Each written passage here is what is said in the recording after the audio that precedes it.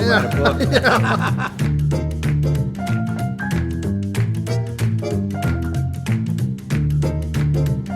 Welcome to the Supper Club. My name's Joe Fresta, and I'll be your host. The Supper Club, brought to you by Mercy, transforming the health of our communities. Kuna Food Service, a family-owned tradition since 1918. Lordo's Diamonds, your family jeweler for life. Oliva on the Hill. Ackerman Toyota, the #1 St. Louis Toyota dealer in volume sales back-to-back years 2023 and 2024. Thank you, St. Louis. And Fresta Limoncello. Keep sipping, my friends. Welcome back to the Supper Club for part 2 with Billy Busch. Back to the people part of the business. Bevo Mill. Did your father build Bevo My grandfather Mill? Your built it. grandfather Yes. did. As a stop along the way? As a stop along the way, well, what was going on back in, because I think it was built like before 1920. And what my family was trying to do at that time was they were trying to show people that alcohol, especially beer, because we're in the beer industry, of course, Right. was a drink of moderation. People could drink it, go out and socialize, enjoy themselves, and wouldn't get rip-roaring drunk, Right. And because what was going on at the time was you had the teetotalers were and the prohibition was being talked about, and, Sure. not allowing alcohol any longer. So my grandfather had Bevo Mill built, as a place for people to go and socialize and help maybe stop prohibition that was coming along. Right. The Fox on Grand is the something Fox was another one they Fox built. Theater, I can't yeah. think. The Feasting Fox, I think it was called. Oh, right by there. Yeah, on Grand there in South. Sure.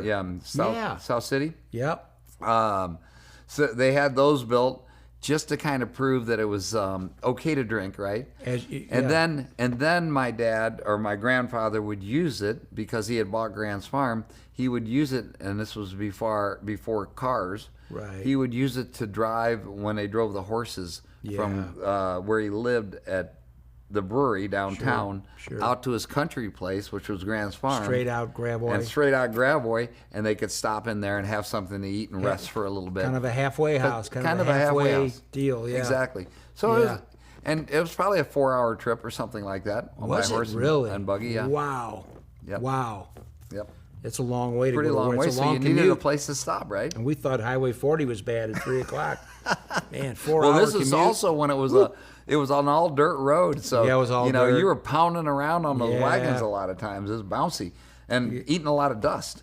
Yeah, and back in those days, the brewery owned a lot of taverns, did they not? Before Prohibition? Yes, before Prohibition, but you're exactly right. Before then, breweries were able to own their own taverns. Yeah. Yeah. And then after Prohibition, of course, in 1933, when it ended, you could no longer, because of the three-tier rule, they came up with the three-tier rule where the manufacturer had to sell to a wholesaler, and they couldn't be owner of the wholesalership, and the wholesaler had to sell to a retailer. Yeah. And so that's how the three-tier system They came needed to to be. break up the process a little bit. Yeah. Correct. Now, did you ever have an itch to get into the business?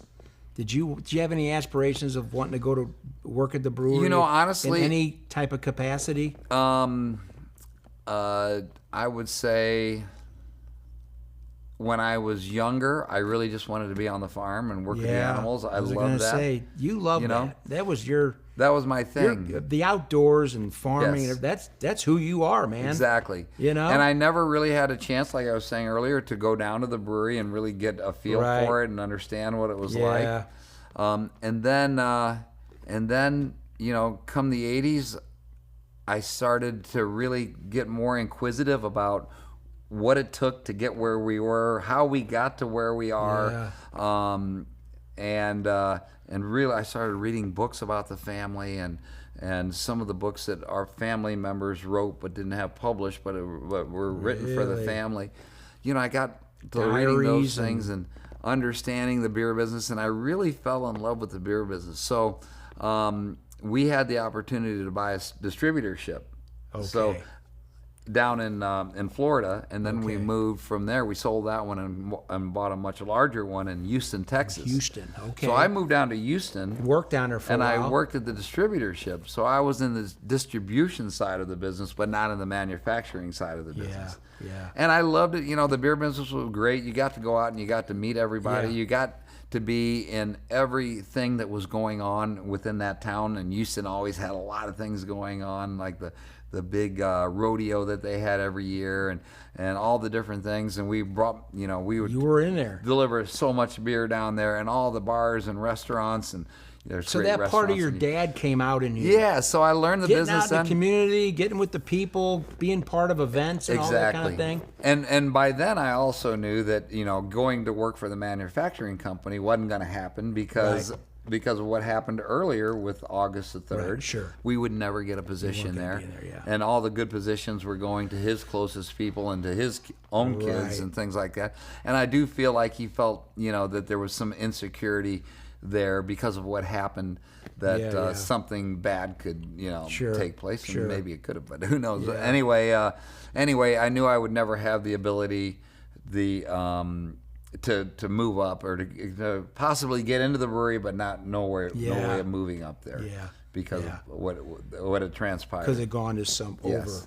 Yeah. So when Anheuser-Busch was sold back in 2008, which it should have never happened, but it did. That was the only biggest mistake, in my opinion, that August the 3rd did. And he wanted to keep so much power to himself and so much control that he wouldn't give up a little control and expand the company. He had the ability to buy the rest of Corona. He had the ability to buy Carlsberg, which was a huge brewery in Denmark and in Europe, and he could have done that. It would and have he could have solidified things. It would have solidified things.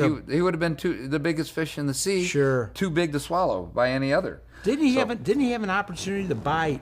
I don't think it was called InBev, but InBev at one time. It was called Interbrew. something else. Interbrew. Yeah, and Ambev, I think it was called. Ambev. Yeah, and then it became InBev because they joined together, and all of a sudden they became the big fish in the sea, which gave them the ability to swallow us up, which eventually they did. Yeah. And there's a lot that happened there, and a lot of reasons why that they were able to do that. Yeah.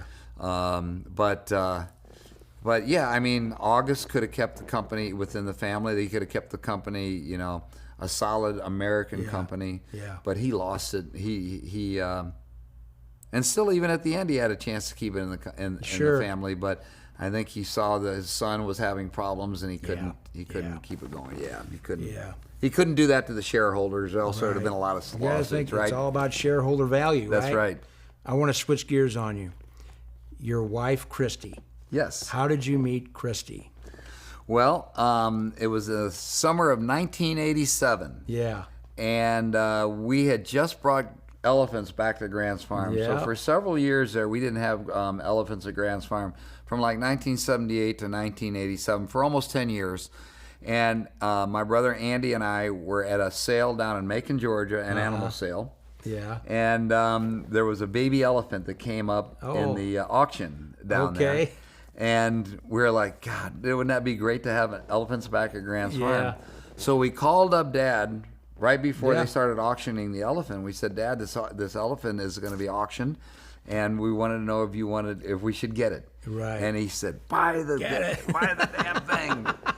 Sure enough, and so we raised our hand. We ended up buying that baby African elephant. Wow. They had just brought over probably about 30 or 40 elephants from Africa. Yeah. They don't do that any longer. But this was like the last time they imported elephants from there. Wow. And we bought him. We named him Bud, is for Budweiser. Bud. And he was 2 years old. And then we found from that same import, they called from several different herds. Okay. So we got a female from another herd, Oh. so it wouldn't be any relation to Bud. Right. And we brought her as a partner for Yeah, Bud. that's and we kinda- named her Michelob, and we called her Mickey for Mickey. short. Yeah, so we had Budweiser, Mickey. Michelob, or Bud and Mickey. Yeah. And so that summer I was training them because I knew a lot about You the knew a little elephant bit from about the it. previous time. Yep. And I was training them and working with trainers to really know how to do that. I was training them for the shows, and Christy came along, and she came to work that summer with the monkeys. It was a summer job. It was for a her, summer right? job for her. You guys were in exactly. high school. Were you in high school? Well, no, I was out of College I was age? still in college actually. College Yeah, I age? was finishing up at St. Okay. Louis University, and she was going through beautician Okay. school. Yeah, and and so this was her part-time summer job. Sure. And she was, excuse me, she was working the monkeys, and I was working the elephants. So I'd pass her every day on the way to the elephant house, or she'd pass me going to the monkey house. Yeah. And August the 3rd was having a birthday party at Grant's Farm. His 50th Okay. birthday party in 1987. Right. I didn't have a date. Ooh. So I asked her to go with me, and it took a little doing, but she ended up coming. Really? Come- So did you come- guys have any interaction before then, or you just walk up to her? And No, we say, had "Hey," interaction. I talked you to her guys all the were- time. Yeah, we okay. were talking. You were and- talking. You yeah, were and friendly. I was asking her about Okay. the monkeys, and Okay. I'd tell her about the elephants, and I thought you went up She and was asked her playing hard cold to turkey. get. Yeah, no. I knew her. I knew her name, and Yeah. she was awful cute. So I thought, yeah, if I can get a date with her. So I took her to August. Took her to the event. To the event, and Yeah. at Grant's Farm there at the carriage house, and the rest is history. Yeah. we got married 4 years later and have 7 kids now. You were talking about you reading different, maybe literature, family members that had written over the years. She helped you. She was Yes. one of kind of talked you into keeping a lot of that stuff and going through it. She's the one that got us to do the reality show. She was kind of Okay. she was like, we should do it, because we did have some networks that were interested in doing a reality show Really? of the Busch family. So we did the reality show. She said, Right. let's do it. We'll Let's pull do all it. the kids together. It'll be fun. And I said, Right. all right, let's do it. So we did the reality show, and then How many seasons? we only had one season, the one 10 season? episodes. Yep. Okay. One season. And then it was during COVID, and then it was just kind of a tough time. So Oh, yeah. we were gearing up to do another season, and I don't know, it just kind of fell through. Still COVID, Yeah, I think restrictions, Yep, all that. camera crews, all this kind of thing. Exactly. Yeah. Exactly. Tough. But then as far as the book is concerned, I was left all these incredible relics from my dad's office down at the brewery.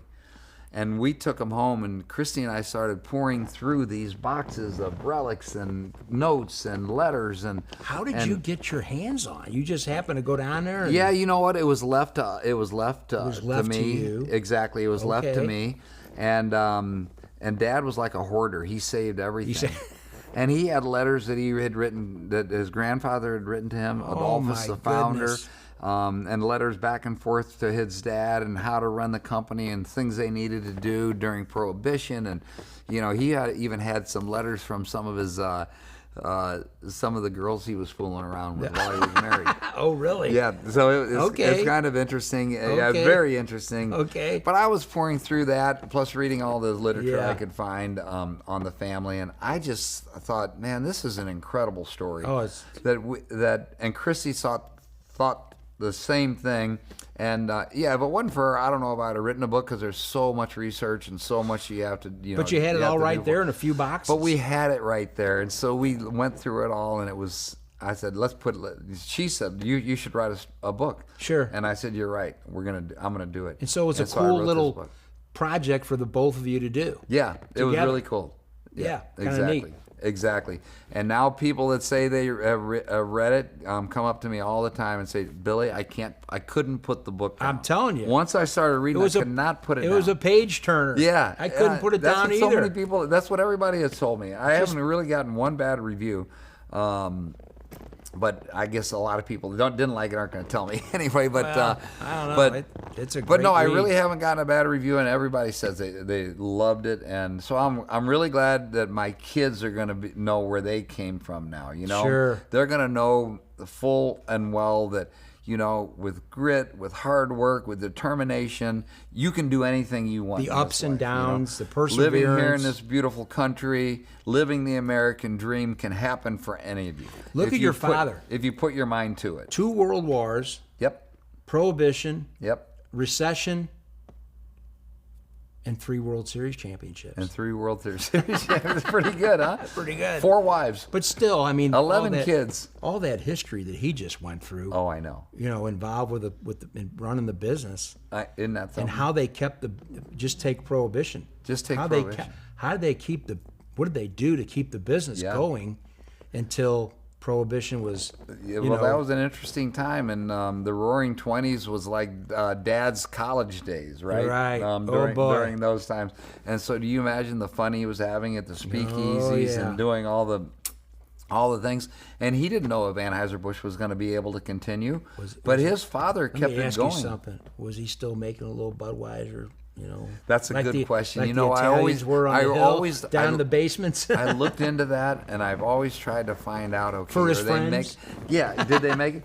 But nowhere can I find that they were doing that. They really upheld the law. They were strict. Well, they were kind of strict had about to doing watch that. it. Yeah. And not only that, but they were German. Yeah. And the Germans had gone through hatred here in this country after World War One. That's right. And That's right. my great grandmother was assaulted coming over from Germany on the ship back to America, where they strip searched her. I mean, it was humiliating as can be. Wow. But you know, Americans distrusted the Germans. Sure. And so they didn't know if our family or family members were somehow working with the Yeah, Germans and yeah. intelligence and Double giving away agents secrets or Yeah, something. right. And so I think that made my family really stay on guard and make sure that they were running the company legally and everything. You know, besides loving this country, Right. and right. besides doing so much for this country during World War I and World War II. Sure. I mean, they built fuselages for planes during World War II. They At did. the brewery. Okay. They did so many things. They built submarine engines, you know, because my great grandfather, actually helped. So he was the one that started the diesel engine here in America. No Yeah. kidding. With the train company and running the brewery equipment and some of this stuff. And so they were building submarines here for World War One. Anheuser-Busch was, and they were building artillery, weapons, things like that. And of course, you know, they were incredible patriots. And my father was out working with other companies to get other companies to help support the war effort Right. in the United States, Right. in any way they could. And so that's what he did, and that's what made him become a colonel. But I mean that the Roaring '20s, that time was really something. My grandfather kept the company going during that whole time, 13 Yeah. years of not being able to sell alcohol. Yeah. And he kept it going, through, again, innovation, Not coming even up with near beer knowing, soda. Not even knowing if prohibition would ever be lifted end. I ever know. again. I You just know. had to keep the faith and keep the thing faith. alive. And kept all 2,000 plus employees employed during that to time. have to pivot and become acclimated to a whole other type of business and transition into it and all that kind of thing just to keep things going. Right. It's right. amazing. It's amazing. That's a book in itself. But I'll tell you what it did. It ended up making him very sick. Through all the stress that he had to go Yeah, through, right. it was very difficult. You know, he cared so much about what his father left him and knew how Right. hard his father worked and how much he loved it and the passion that he had for it. And then he taking it over and having to fill those shoes was incredibly difficult. And then having to keep it going through those 13 years of prohibition and keeping the employees employed during the Great Depression, you know, when the economy was doing so bad. And he kept it going, but it ended up making him very sick, and he ended up shooting himself in 1934. He ended up taking his own life It was just a lot, because he was so sick. so much, a lot of pressure. And you know what? Stress is the biggest killer of anything. I think it is. It really is. I mean, you know, there's a line in Godfather 3 Yep. where Michael Corleone is sitting with the cardinal in that little courtyard area, and the cardinal says to him, he says, because he had a diabetes attack, when they bring him out the orange juice and a piece of. Oh, is that what that Remember was? that? Yeah, I do remember And he that. says, the one line he says is, when the mind suffers, the body cries out. Yeah. Yeah. Yeah, And it's so true. That is so true. Yeah. That is what a great series that was, Oh, movie yeah. that was. The best. Coppola. Yeah. Right? Coppola. Coppola. Yeah. Yeah. Yep. And he got in the wine business. He got no wine business. Francis Ford. Yeah. Francis Ford Coppola. That's right. Yeah. Yeah, I tell you, there's some similarities. Raising a family and trying to take care of your family at the same time you're running a business. Now, our business was legal, I will say that. Sure. But but it's still, it comes down to living building success and living a good life and balancing everything. It's a balance. It's so hard. Right. Yeah. Hold that thought, Billy. We'll be right back to the Supper Club after these messages. Kuna Food Service, providing quality food to people across the Midwest, is part of our rich history at Kuna because food brings people together. We specialize in having a large variety of food products and food supplies, catering to an array of businesses that turn to us. Kuna Food Service, a family-owned tradition since 1918. Cook dinner and pick her up from soccer practice.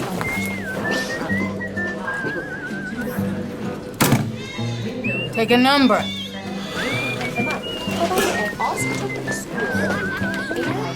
Nobody likes to wait.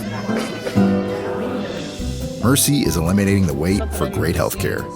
Our online tools mean you can get the care you need now. Mercy Now.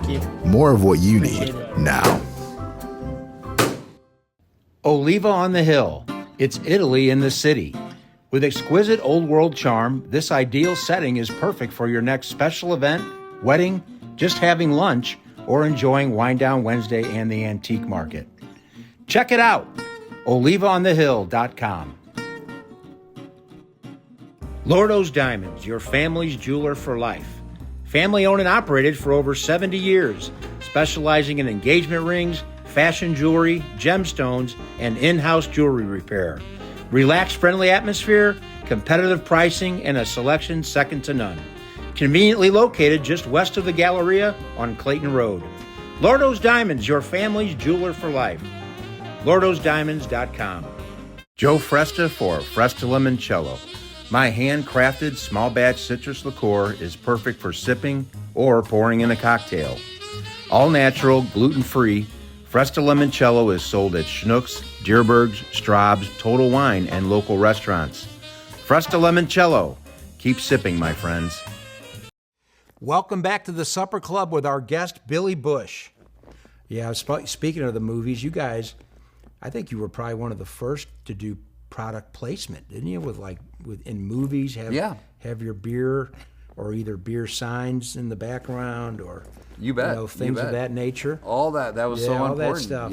Yeah. The subliminal advertising. You got to have it on there. Yeah. It makes a big difference. No doubt about it. Yeah. So it's just, and then you decided you're going to get in the beer business. Yeah, after all those years Crafted. of being around it, of being in the entertainment side, then being in the distribution side, and never being able to be in the manufacturing side, and for reasons we've already discussed. Sure. When Anheuser-Busch was taken over by InBev, and it was no longer in the family. Yeah. Because of the tradition and because of what I had learned and the love I had garnered from it and the respect that I had for my father and my grandfather, my great-grandfather. Yeah. And of course, I don't want to be remiss and not mention my grandparents and my mother and great-grandparents and the grandmother, the women in the family who. Sure. In order to do this, you have to have That's right. somebody behind you, right? Somebody got to be watching the store. You That's know right. what I mean? That's supportive. And your mother was so good at that. And that's the other reason when we talk about the Godfather, right? Yeah, right. like the Godfather himself. Yeah, sure. Marlon Brando. Yeah. His wife in that movie supported him. Oh yeah. And then he gives it to Michael, And now Yeah. Michael's got this doggone wife that's not supporting him. right. And it, not Yeah. only did he have all the stress from running the business, but he also had the stress of not seeing his kids and his wife Right. not supporting him. Not- And it was just a tough thing. But you got to have a supportive wife, and so they because of that respect that I had for the family members, I felt that I needed to keep it going, the tradition going. Nobody Absolutely. was brewing beer in the family. I remember any longer. telling you, man, Even when I- though it's one of the worst doggone businesses, it's not the worst. It's one of the toughest. I remember when I saw you and you were doing. I said, man, Billy, I'm so happy you're doing this. Yeah. You Yeah, know, I remember I think that. this is great because the Busch family needs to be in the beer business. Right. You know. 100%. And then so go on. How did So I decided to get back into the beer business, and we came up with a business model. It wasn't the right business model looking back at it, but it was a business model that we thought could work, so we Sure. gave it a good old-fashioned try. Sure. And the business model was based on marketing, basically. It was a marketing company, and what we did was we had our beer contract brewed up in Wisconsin. Okay. And we would ship it here to Missouri and into Illinois to sell it here. We didn't build our own brewery. That was going to come later when we Right. made enough money in order to do that. Yeah. And it was very, very difficult because we decided to get into the same category as the mainstream beers out there, like the Budweisers and the Millers of the world, because they owned pretty much the entire pie of the market. Yeah. So I think at that time they had about 75%. Craft beer was about 15%. And then the others, different flavored beers and things like that was the other part of the pie. And so we wanted to, as a Busch, if you're going to get into the business, you got to be into the big segment, right? So we got into the biggest, the mainstream part with Kräftig and Kräftig Light. I went through the process 2 years of finding the best recipe, working with the godfather of brewmasters out of Germany. Really? Yeah, his name was Ludwig Narcissus. He just died a couple of years Really? ago. So did you He fly lived to over be about there and meet with 95. him, or- Oh yeah, we were with him. He came here. He was a great guy. We were back and forth all the time talking and sending him products, and he would try it and he would taste our beer. And we were brewing it in Springfield, Missouri, and and so we probably brewed, and it takes 30 days to brew a lager. Yeah. And so we Okay. probably brewed about 12 times over those years until we came up with a perfect recipe and decided to come out with not one beer but two beers. So we came up with Kräftig and the light version of Kräftig, which is Kräftig Light. Yeah. And we went on to win all kinds of beer competitions. Awards, yeah. Yeah, well, lots of awards due to the flavor, the drinkability, the look, everything was just right. And I had the perfect brewmaster good too, beer. Mark Godfried, who was our brewmaster. Yeah. And it was still even, it was a tough time to get into the mainstream segment because that segment was starting to go down while the craft side was coming going up. Now it's during the that- opposite again. Now it's the opposite again. You're right. And and then we had a target on our back with InBev. And, I so can't imagine. we Sure, would get they did. You did, yeah. yeah, we would get a promotion, let's say at Busch Stadium for opening day of baseball season. We wanted a promotion there. We got this promotion with the person that runs all the food and beverage, the concessionaire It was out of New York. His guy. sports. I used to work with him when I was with Coca-Cola Did you? years ago. Yeah, I can't remember their names now. oh, but gosh. we got this wonderful promotion where our 24-ounce Sports cans, service. sports service, that's it. Yeah. Where our 24-ounce cans were going to be a quarter underneath the AB brands. Okay. So Kräftig Light and Kräftig was going to be a quarter less. And you think that's so little, but that means so much. a lot. Instead of being $13, we were $12.75 Sure. or Sure. something like that.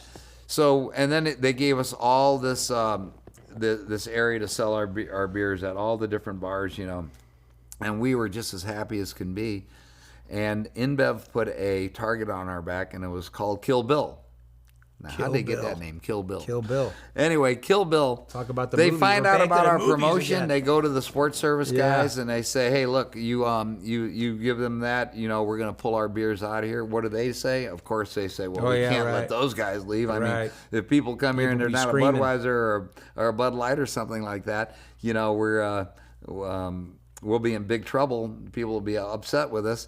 So then they had to take our promotion away from us. And this happened in every big account that we were getting into. Now, was this just the stadium, or and had Ballpark Village wasn't around then, was it? Yeah. It was just coming along. Just coming Yeah, along. but Ballpark Village was just coming along. Just starting to It was impossible to get in there. break ground or if you weren't an InBev brand. It was Right. almost impossible to Right. get in. I think we Okay. might have got into one of those bars in there. Okay. In a very small way. Okay. But it was very, very difficult to get in there because again, Budweiser sponsored baseball and they sponsored the Cardinals. That's right. And so who owns Ballpark Village? The Cardinal you're owners. not- Yeah. And what happens is the Cardinal owners, they get the money from Right. InBev. Marketing money. Yeah, so Yeah. it's all about money. Naming right money. Yep. Yep. Yep. Yeah, that was an easy trigger for them, or easy choice. I mean, what about the restaurants and bars like immediately around the ballpark? You know what we got? Were you able to get? We were able to get into Soulard. Okay. And we had a couple accounts down there. I'm trying to remember the one name. Doggone it, I'm terrible. I hope the gentleman that owned Denny, and I can't think of the doggone name of this bar right now. Hammerstones. There it is. Oh, I've heard of it. Hammerstones. I've heard of it. They did a lot for us. They Sure. gave us promotions. They gave us signage. They were incredible. And a few other bars down in Soulard were also. But a lot of those bars back then were exclusive to AB, and they got so used to being that way, even though we didn't own them anymore, that they would never. They didn't want to stop being exclusive. Well, they were right by the brewery. Yeah, exactly. You know.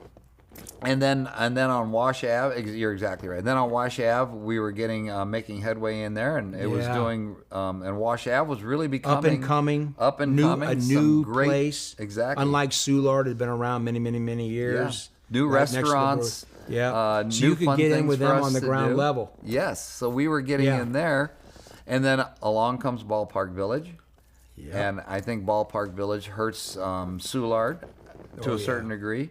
And it definitely killed Wash Ave and the Oh, growth absolutely. Wash Ave was having. Put a lot of restaurants because out of business. and it could have put Mike Shannon's out of business. Oh, yeah, pretty no much, question. Right? And the old No place that question. everybody used to go to after the Blues games and the baseball games, what was Harry's? Oh, Harry's. Yeah, on Market. Oh, Yeah. Great spot. Great spot. Put them out of business. Yeah. No doubt. Charlie Gito's. Charlie Gito's went out of business. Because not Yeah. only were they, Ballpark Village, but now the ballpark was even further away from Charlie Gito's. Yep. You know what I mean? Because they built it on the Yep. on the southern edge of the old ballpark, and so it Exactly. was a longer commute to walk Right, to right. down the 6th Street or whatever. And there's a lot. I think Calico's went Yeah. under, and Harry's, and I think Dominic had a restaurant down there called Gio's, Okay. caddy corner where the old Shannons used to be, and I think that hurt him. But yeah, I mean, it became sort of this vacuum. It sure did. Tony's, I mean, Yeah, look what happened to Tony's. Yeah. Exactly. so anyway, yeah. yeah.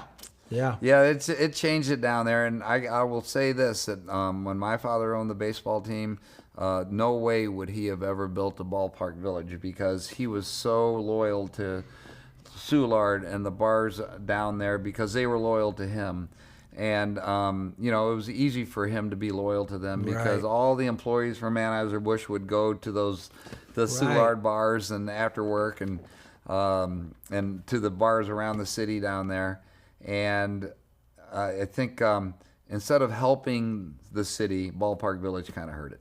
Yeah, and you're right. I mean, they would have become their competitors, Right. their restaurants. Exactly. So that's they what would have they've never done. done that. Yeah, it's kind of like when they bought Amaghetti's. Remember when they bought Amaghetti's? And then all the restaurant owners said, "Hey, wait a minute now. You're competing with us. You're in the restaurant business now." Guess what? Amaghetti's was gone. Amaghetti's was They gone, got rid of wasn't it? Amaghetti's. That's right. That's right. So anyway, yeah, no, that's to your point. Your dad would have never done that. No. No, that wasn't that was his whole. That was part of his thought process. Yeah, for in sure. doing business. For sure. He Yeah. he was a very loyal guy, and he was loyal to the people that were loyal to him, and that was a great relationship they had. But the new baseball owners, they didn't have a reason to not do it, right? They weren't a brewery selling beer. No, they're not. And so they're a baseball. They're a baseball company. And so owning all the different things that are around the baseball stadium is, I guess, made sense to them. Now Great we're talking to you, gonna Joe. get back into the beer business again. Yes. With Busch Family Brewing. Yeah. So anyway, we ended up shutting down the William K. Busch Brewing Company back in 2018. Right. And I was thinking, I miss the beer business. I'd love to be back in it. And I saw a couple things that I did wrong the first time around. Right. So I said, I want to do it again, but a new model, and do it differently, and come up with our own brewery. And so we ended up building. So I looked around all of St. Louis. I looked at the city. You looked down here for a while, didn't you? Yeah, I did. remember. I ran you at Shaw Coffee one time. Exactly. I did. I looked on the hill And here. I think you were with your daughter. Yes. At the time. Isn't And that she something? was You little. remember that? She Yeah. was little. And I go, Billy, what are you doing? He goes, man, I'm kind of like looking around for maybe a spot for a brewery. I Right. said, oh, really? Okay. Right. But So- yeah, I remember that. And as a matter of fact, when I drove here, that building that I was looking at is still there. It's still yeah. vacant. Yeah, yeah. I could have probably got it for nothing. Yeah. But it's so I looked here. I looked in the city. I looked on the north side a Okay. little bit. But there's so much politics down there. So much Yeah. crazy stuff going on. Corruption. You can't trust anybody. can't get down it- there. yeah. You could. It was hard to get anything done. No wonder the city's not doing too Right, good. right. I looked at the Cortex district. That was going to be an Yeah. incredible development. Everybody Sure. they were talking about how they were going to make that into the next, beautiful area. It was going to be great, hopping area, but it really never took off, right? No. And then I looked in Chesterfield Valley, and I thought maybe that's a good spot. Look there. They're difficult too. They I've can dealt be with them difficult, on too. some development deals. and- Really? Yeah, they're tough too, boy. Yeah. And who Jeez. knows? There might be another flood down there someday. Yeah, right. Even Down though they built those big levees, you in never the know. bottoms, yeah, Could be right. another 93 down Yeah. there. The river comes up high enough and knocks those levees down. Yeah. But we ended up building the brewery out at our farm. There was a wonderful spot of our farm. It was kind of one end of the farm, so that we would still have our privacy on the other end of the farm. But we designated about 140 acres of our Okay. farm. It's the old Bridle Spur Hunt Club. Oh, And my wow. dad founded Bridle Spur Hunt Club along with his cousins, the Von Gonards and the Orthwines. The sign's still there, isn't it? Isn't there a sign there? I don't know. I don't think the No? sign's there any Okay. longer. I think it finally came down. Okay. But he founded that hunt club back in like 1922. Wow. Wow. And they started off as a hunt club in Huntley. oh, Then, wow. Then it became too overcrowded to Sure. hunt fox in Huntley. So the hunt club is a fox club, and it's where everybody you take your dogs out. It comes from England. You take the dogs out, and you have your horn. The Yep. guy blowing the horn, and you you try to find a fox, and then the dogs chase it, and you chase hunt it after down. Yeah. the dogs on your horse, and it's a great time. It's a lot of I've done it before. But it was there in Huntley, Missouri for a long time. Sure. And then it got moved out to where we are now. Right. So Are you we considered bought that. Defiance?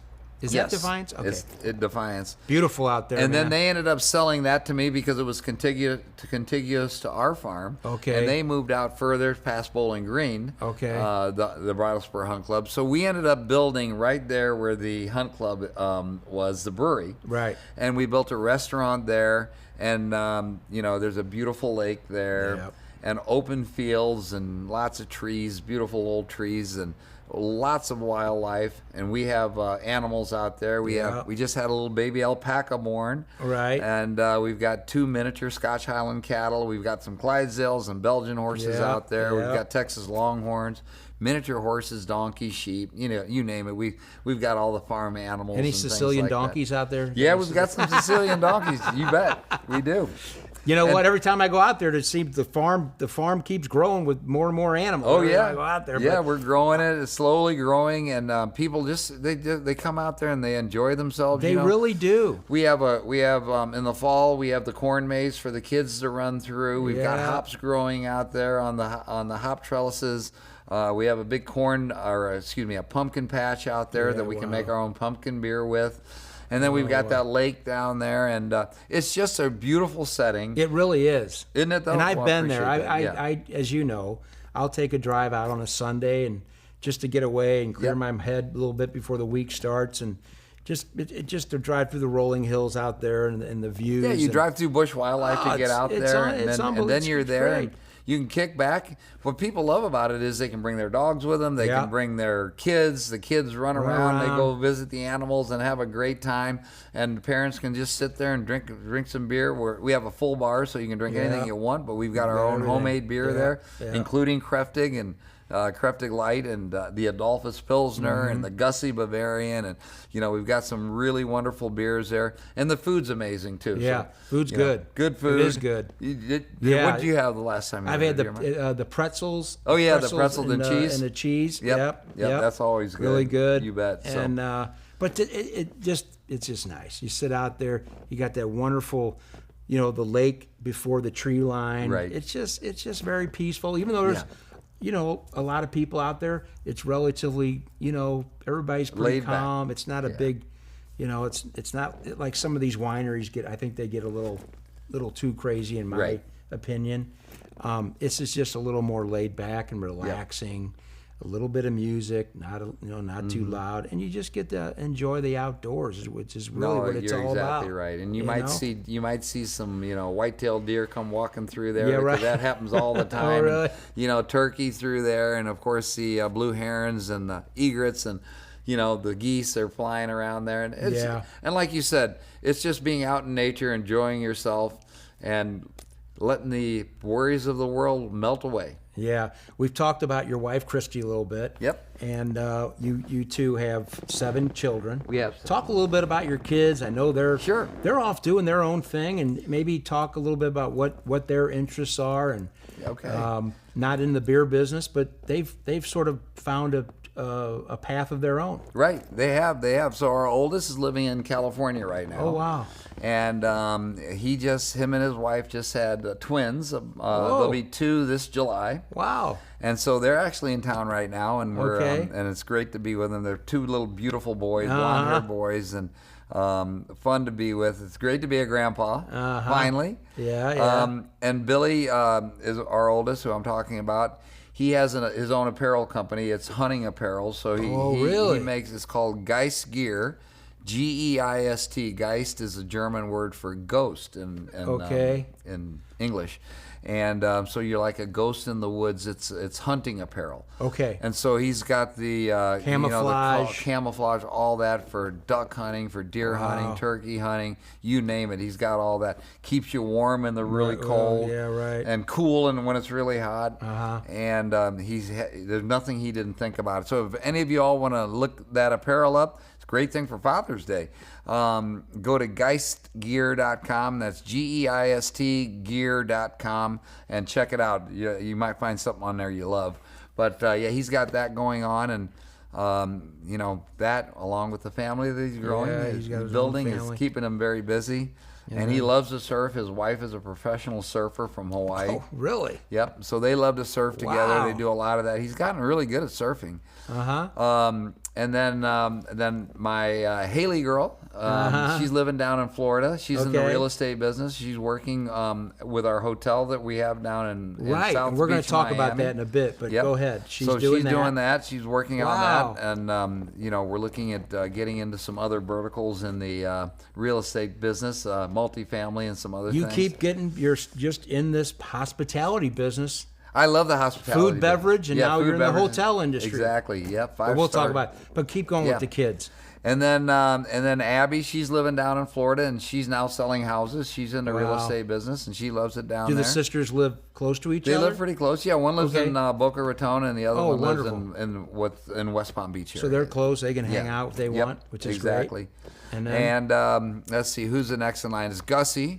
Gussie, we actually have managing the renovation on the hotel. So that's what he's doing. He's full-time doing that. He's right now looking for a restaurateur to handle the restaurant business for us, as well as an operator who can kind of manage things so he doesn't have to do that day to day. No. You know, it's a lot of work. Yeah. And then we're working on branding it too, and, you know, growing a collection underneath the brand. It's an old boutique hotel in Miami. Yes. On what boulevard is that? So it's right on Collins Boulevard, right on South Beach there. Right. So we're on the other side, away from the beach. So, but it's we have a piece of the beach that we'll have all our chairs and everything set up with the umbrellas and everything. Wonderful. And so it's right there, a 2-minute walk from the beach to the beach from there. And then great spa. We'll have a wonderful restaurant, pool, rooftop, you know, bar up on the rooftop, so you can see back over towards the city, and then you can see out to the ocean. Oh, the ocean. Yeah. How many rooms? 89. Oh, wow. So boutique, perfect. small hotel. I love boutique hotels. Yeah. You know, everybody, you're not the only one these days. A lot of people are starting to really kind of gravitate to the smaller boutique, more personalized, more service-oriented hotels. You know what? Which will be they're very just much easy like to that. get in and out of. Yep. You know, you get out and you're out the door. Yep. I mean, when I go to Chicago, I love to go up to Chicago, Michigan Avenue, and all that kind of thing, and check out some great restaurants and whatnot. But I'll stay at the Drake. I love the Drake. Oh, the Drake It's is great. I'm the sure. old school. Yeah. But if that's booked, I'll go to this boutique hotel called the Raphael. Oh, I heard of that. It's wonderful. I heard that's amazing. Yeah, probably. Do you a ever lot go like to New York? It's been a while. Yeah. There's a hotel there called the Carlisle.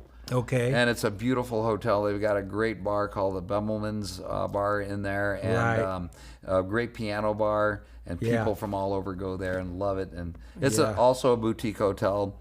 But yeah, I mean, there's so many people going to these hotels. Yeah, now. they're just so easy. They're easy access in and out. They sure are. Yeah, the last time I was at New York, I stayed at the Waldorf. Oh, did you? Which is another old school deal. That's an old not school a boutique hotel. Right, but, right. And that's still there, I guess. Oh, So, yeah. That's amazing. I think the Chinese own it now. Believe it or not. I think I heard that actually. Yeah.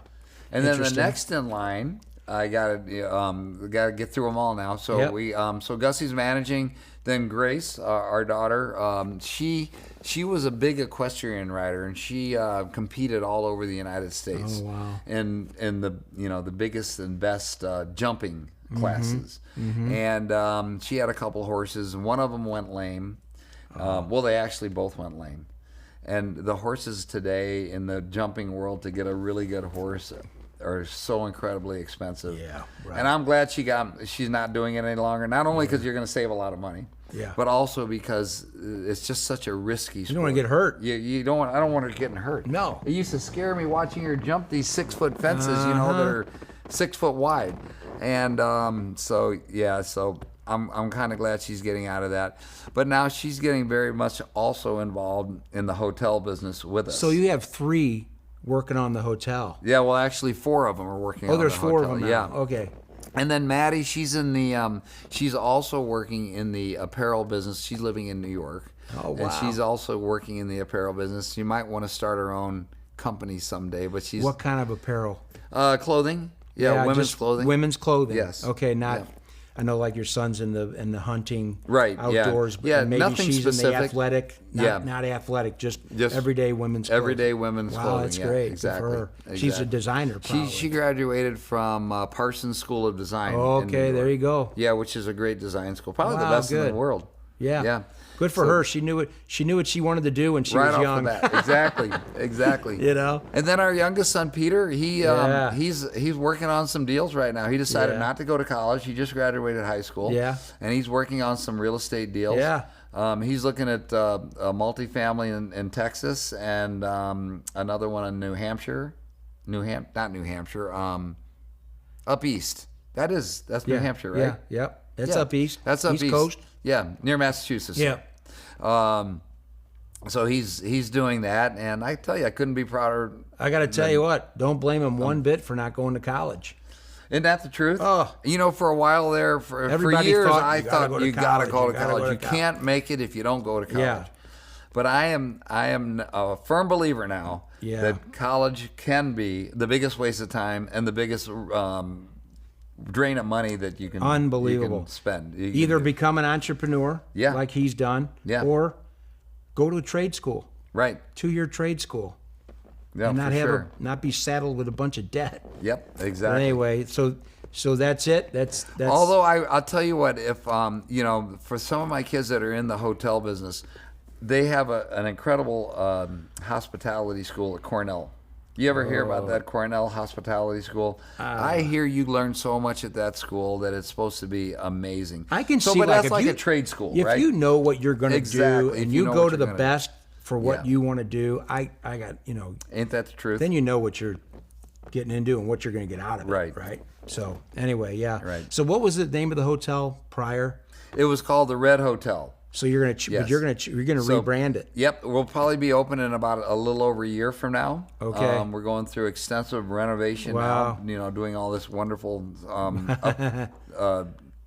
work to it. It's going to Yeah. be upgraded like crazy, and when we do open, it's going to be called. We're thinking the Monroe now. The Monroe. Yes, I like and it. that was the original name. It was a. Oh, it was? It was a hotel built back in 1939. And so, of course, back in those days, they used salt water to mix their concrete. Okay. And that's one of the reasons the renovation's taking so long is because so much concrete work is needing to be done I'll to bet. fix it up. Right. And you're right on the water too. Yeah, exactly. The weather and It's everything. tough on it. Yeah. Yeah. Yeah, So it's going to wow. be built like a castle. It's going to be built like a fortress once it's done. The structure's going to remain, but you're just Yeah. going to reinforce everything. Reinforce and everything. redo A some lot of new stuff. concrete slabs. and Oh, all that's that. neat. Yep. That's Yep. that would be an exciting project. It Really is would. exciting. I love it. I think it's going to turn out to be great.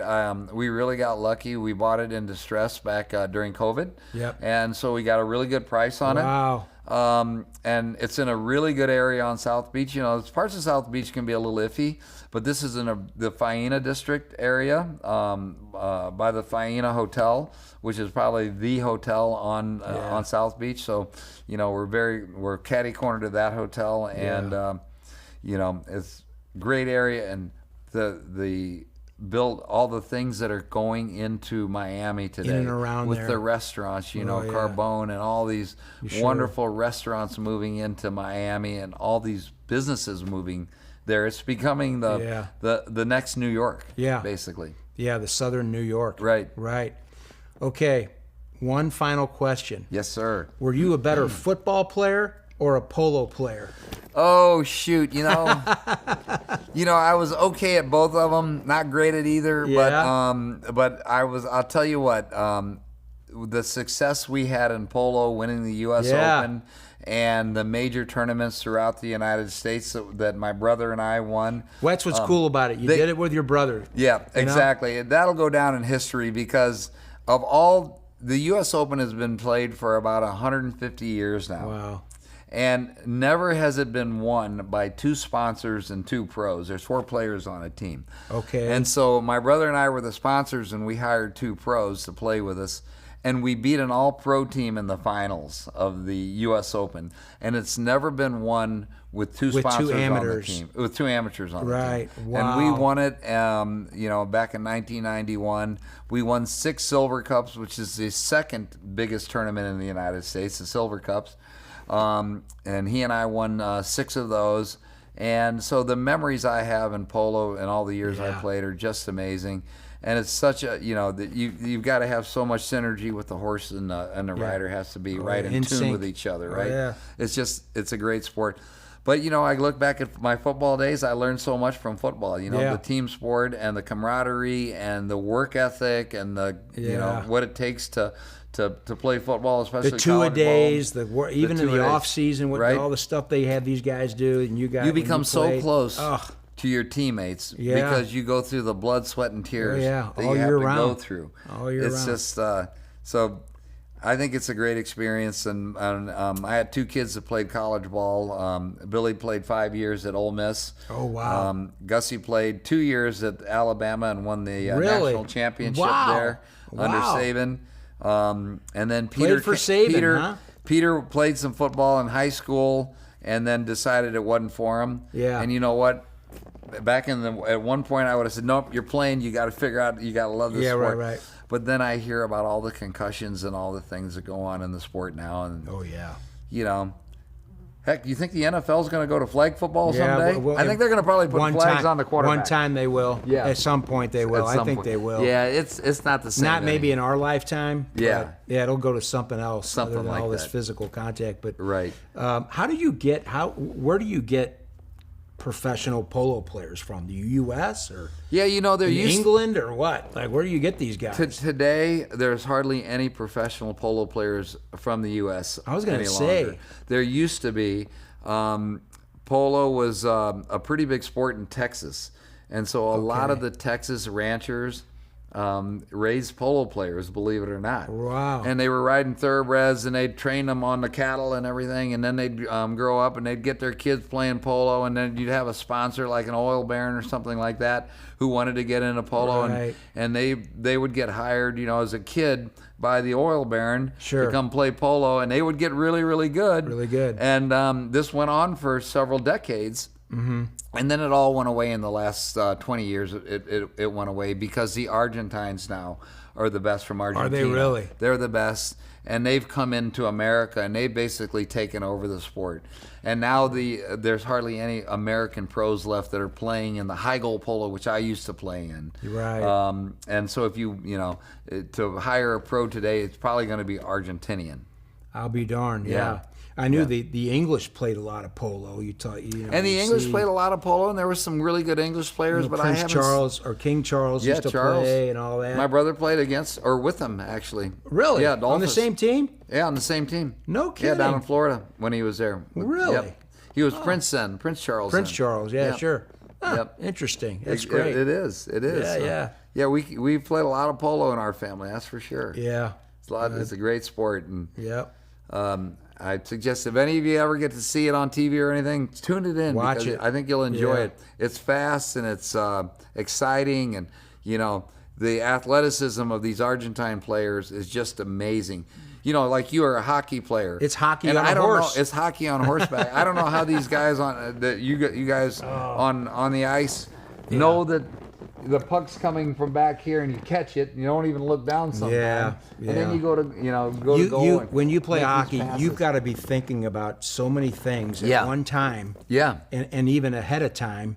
For And sure. still be skating 30 miles an hour while you're doing it. It's all about anticipation. And isn't it is. Yeah. It really is. Same way with polo. If you want to be really, really good at it. Yep. But, I mean, you see these guys today in hockey, like the Connor McDavids who we're going to watch in the Stanley Cup. I Yeah. mean, this guy's just taking the speed of hockey to a whole nother level. But yeah, Is he with Edmonton? Edmonton. Is Yeah. he? Yeah. And he's sure going is. against Kachuk again. That's right. So it's the same two teams that Panthers. were in the Yep. Stanley Last Cup year. last year Yep. are Same back team. in it. Yep. Rematch. Amazing. Amazing. So- Who are you rooting for? Oh gosh, I'm gonna go with Florida. Are you? Yeah. I am too. Only Yeah. because St. Louis boy. We got a St. Louis boy. That's right. Darn Yeah. right. That's Well, for Billy, this has been just a pleasure. Great storytelling. Thank you for sharing all this great lore and different history about your family. It's just been it's been a great journey. Well- Get the book, Family Reigns. Get the book, and Joe, thank you for having me on. It's always a pleasure sitting down and talking to you, man. bet. And thanks for being a good friend of mine Yeah, all these you years. too. Appreciate All right, you. buddy. All right, Thanks. pal. Thank you. All right. The Supper Club brought to you by Mercy, transforming the health of our communities. Kuna Food Service, a family-owned tradition since 1918. Lordo's Diamonds, your family jeweler for life. Oliva on the Hill. Ackerman Toyota, the #1 St. Louis Toyota dealer in volume sales back-to-back years 2023 and 2024. Thank you, St. Louis. And Fresta Limoncello. Keep sipping, my friends.